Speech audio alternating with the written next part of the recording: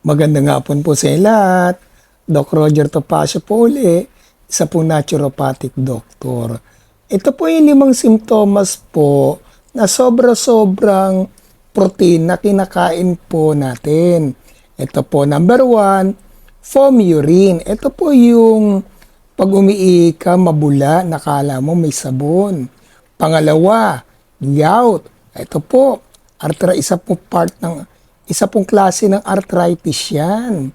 Number 3, decreased appetite, nawawala kang ng ganang kumain. Number 4, fluid retention or edema. Yan po yung pamamanas. At number 5, fatigue. Nakakaramdam ka ng masidhing pagod. Pero ano ba yung mga dahilan na yan? Ito po yung sobra-sobrang kumain ng animal protein na mga dairy products na hindi balanse. Alam nyo, dapat na ipapasok natin sa katawan natin, kumpleto po na macronutrients, na carbohydrates, fats, and protein na banggit ko po yan sa mga dati kong video, kung ilang fats, protein at carbohydrates ang ipapasok natin sa katawan natin. At especially mga micronutrients na nakukuha po natin sa sustansya ng gulay at prutas.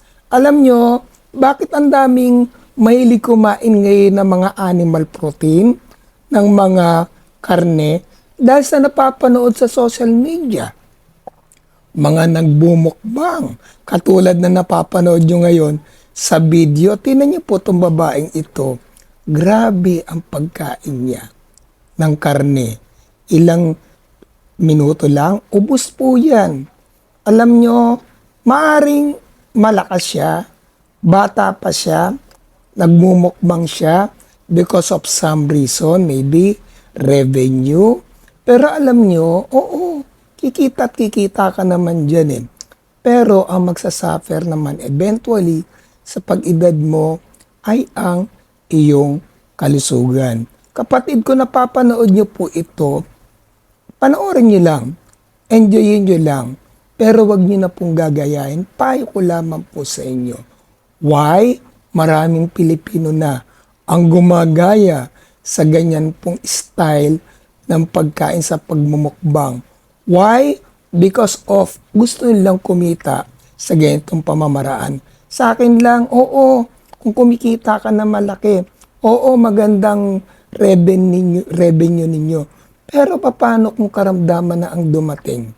Dumating na yung sakit sa puso, cancer, at marami pa pong iba.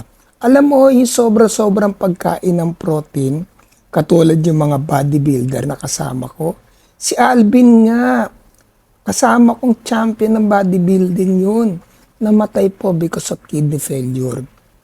Mga kasamahan ko, na kidney transplant na, at marami kayong kakilala na mga bodybuilder na international na namatay sakit sa puso, liver problem, at kidney problem kasi sobra-sobrang protein ang pumapasok, hindi balanse. Bakit ba tayo nagkakasakit? Because of the word disease. Ano ang ibig sabihin ng disease? This is your body is not at ease. Wala sa balanse, wala sa sentro. Kapatid, kaya ako ginawa itong video na ito dahil nakaka-alarma na. Ang dami nang nagkakaroon ng matitinding karamdaman, kidney problem, liver problem, heart disease, especially cancer. Bakit ko sinabi ito? Kasi na-experience ko po ito. Kaya mga kapatid, bago mahuli ang lahat, tayong kapatid, sundin niyo po itong akin pong advice para sa inyo. Ibalanse po natin ang pagkain natin para po maging healthy ang bawat isa. Baka parents ka na maraming umaasa sa iyo, lalo yung mga anak mo at ang pamilya mo. Paano? Kumikita ka ng malaki. At pag ikaw naman ay nagkaroon ng karamdaman dahil sa sobra-sobra na pagkain na mali, lahat ng pagkain, lahat po ng mga pinag-ipunan ninyo, lahat po yan mawawala at pagkaramdaman ang dumating sa iyo, dapa ang kabuhayan mo. Ulitin ko po, ingatan natin ang sarili natin dahil maraming umaasang pamilya po sa atin, lalo mga anak mo at ang asawa mo. Doc Roger Topacio, sharing good vibes and good life.